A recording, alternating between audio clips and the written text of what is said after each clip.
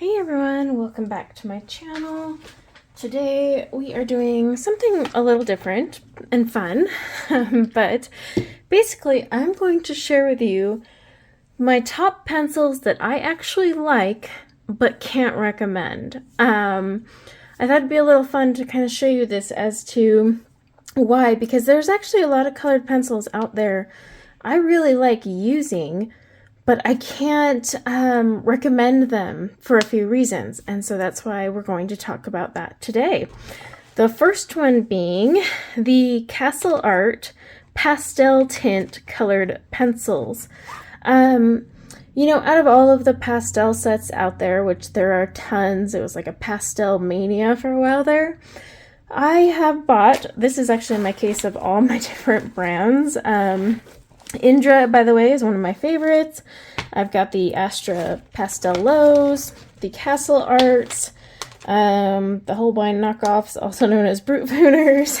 And then I have some more in another case somewhere. I finally gave up putting them all, but I've got plenty, right? I've found the color range in the Pasteltint to be the most impressive. They had quite a few different colors compared to some of the other brands. They were really soft, which is expected with most pastel colored pencils because they have a lot of white in them. But still, I really loved the way they performed, and I've actually used them quite a bit in this book here. So this is my book from Hannah Carlson. This one I'm doing only in pastel colors. I bought a second one to not do that in just pastels. But like this page here was started with the pastel tints. Did I finish? No, I get sidetracked. Make sure I don't miss one in there. This here was also done with the pastel tints, and of course you can even color in skin tone and stuff. Now granted, I'm trying to figure out how I want to do my pastels, but this was also done with the pastel tints. Oops, it moves quick. I had started this one as well with the pastel tints. As you can see, I have a favorite. This was done with Indra. That was done with Indra. And then this one here, I'd started with the pastel tints from Castle Arts. So obviously I use them a lot, but why can't I recommend them? Their price. The price is ridiculous. If you're looking for something more affordable or reasonable in the pastel train, unfortunately my favorite ones are no longer in stock. The pastel lows are okay. Gosh, I don't know if I could say I have a favorite, because my favorite you can't get anymore. But yeah, the pastel tints are great. Their color range, they're smooth to work with. Everything about them is amazing. It's their price, and I can't recommend them for that price because they're pastel pencils. So sadly, that is on the list. Okay, the next one that I can't recommend, but now I want you guys to keep in mind, these are not bad pencils when I say I can't recommend them. I'm telling you specifically why I can't recommend them. Okay? Castle Arts Harmonious. I've been playing with these. This paper that they sent in their thing is horrible for swatching, so ignore that with the swatching. The color range is actually gorgeous. The muted, kind of grayscaled out. If you combined this with their pastel tints, it would be even better. But the color range is gorgeous. The pencils are doing great. I've been coloring a page here with them. I mean, look at the color and the depth I've created using what is a rather bland looking color scale, right? But look at this. I mean, they color beautifully. They work great on this paper here. This is actually my second copy where I'm not doing it in pastels. How funny. I didn't even notice that. But yeah, they are performing amazing. So why can't I recommend them? Again, it's the price. Castle Art pencils, for the most part, I'm not a fan of actually their premium soft touch wax based ones. However, I love their pastel tints. I actually really like the Harmonious color pencils, but it's the price. The price isn't worth it. So that is why I have a hard time saying I recommend them. If they brought the price point down on these, I would most definitely recommend them. So if you're willing to spend a little extra for kind of like a a bougie budget because it's bougie and it's still a budget, but it's not budget, but still looks great, then go for it. Totally go for it, because look at that. It's gorgeous. But they're not worth it when you come down to the price in comparison to what you could get with an artist grade. Okay, this video, I swear, is not all castle art. It just looks that way right now. So out of Castle Art's colored pencil sets, like say if you went from just their gold set, which is their oil-based, versus their wax-based, I actually really liked these pencils. They're quite nice to work with, to be honest. I don't think I ever used the chart that came with it. But as you can see, I've actually used these. Look at this. I've actually used these things quite a bit. I don't know why I kept them in this case, but yeah, they have a gorgeous range of colors. Look at that.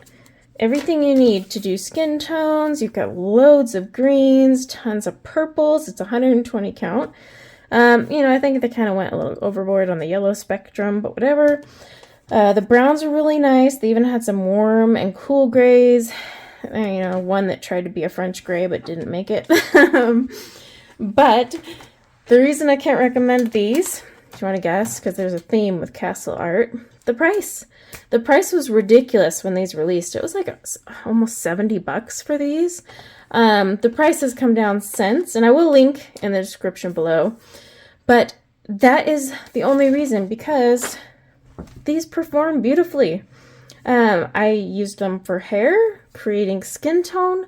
They actually do really, really well. I haven't given her a background. I need to. But the pencil is great. It is the price. That is literally the only reason I can't say go buy these. If you want to pay the price, though, I would recommend them. But the price is the reason I'm saying not to, because with all three Castle Arts I've shown you, they have a very high price tag. They're not available open stock.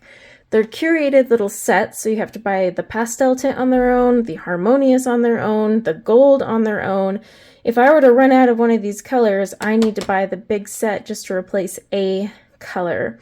These are not considered artist grade. I know companies throw out artist grade like candy. It's not artist grade. These are, you know, kind of an entry-level sort of thing here. Even their light fast ratings, which they do give you, aren't that great. And considering this isn't a true artist grade pencil, it really can't justify the price tag. So that's the issue with all three of them. They price them like you would expect a true artist grade pencil to be, but it's lacking open stock. It's lacking the true light fast values that you would expect for that price. And then, yeah, at the end of the day, you're just paying a lot. But I actually like these pencils, which is why I have not destashed them. I use them every now and then when I'm in the mood. I have a lot of pencil sets, but I obviously don't dislike them if they're still hanging around. Next, we have Derwent ColourSoft. I like these pencils, but I have a few issues with them. One, they do come in the awesome tin. Gotta love it. Now, I have used these a lot. As you can see, these are more than well loved. I've colored multiple pages with these multiple times. In fact, one of the portraits I did with them is hanging on the wall in my studio, and I really don't feel like taking it down again. They have a pretty interesting line of colors. It's pretty well balanced. It's also very Derwent. Anytime Derwent comes out with a 72 count set, like here's the ColourSoft, here's the Pro Color. Now notice how smooth the Pro Color are on the paper versus these ones here. These are very waxy, very soft, and I think this was Derwent's attempt to try to get close to Prismacolor, but the problem is they crumble. Not Prisma crumble. These bad boys just straight up. So some of these that are incredibly short are from breakage, extreme breakage problems. I have more breakage and crumbling with these than Prismacolor that I've ever had with Prismacolor. So some of these that are incredibly short, honestly, just kept breaking. Now, could it be the packaging? Possibly, but I had purchased these from Blick, and they were bubble wrapped to the extreme, so they were well protected. Granted, this case itself isn't the most protective, but I have used these.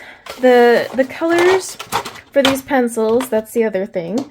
If you look at the color range, it's a pretty good range, right? But unlike Prisma, where you can just smush and blend together, these have that soft makeup, but you actually need to layer with these. So there is a heavy learning curve with the ColourSoft, and it does require layering and patience. If you go in trying to tackle these like a Prisma, you're going to cry yourself to sleep that night.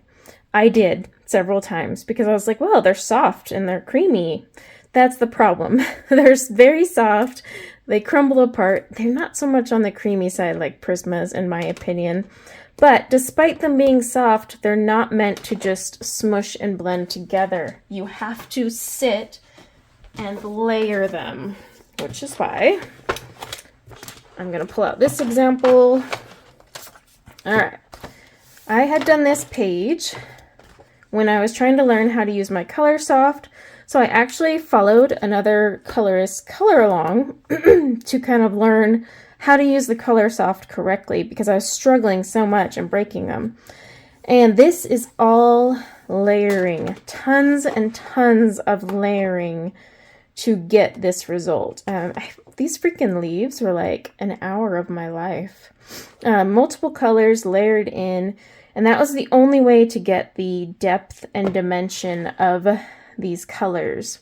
So that's the thing. You buy them thinking, okay, these are going to be so much fun. You know, they'll be like my Derwent version of Prisma. But the problem is they do actually require layers and building up. I swatched them like I would Prismas, and as you can see, they came out quite icky. They build up. You have to do nice light layers or you're going to get just a bunch of gunk.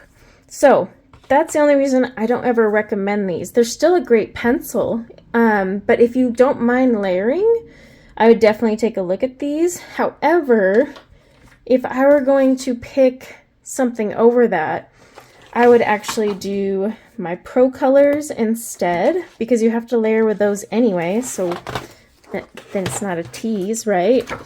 I am not the biggest fan of ChromaFlow, and I would not put them on this video as a recommend but don't recommend, because don't recommend, but I like them, because this wouldn't count. I just don't like them.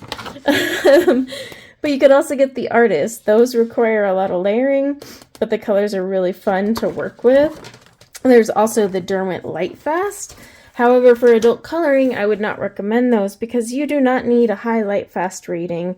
And honestly, it's a waste of a very expensive pencil to throw into an adult coloring book, unless you plan to frame it or gift it away or anything like that.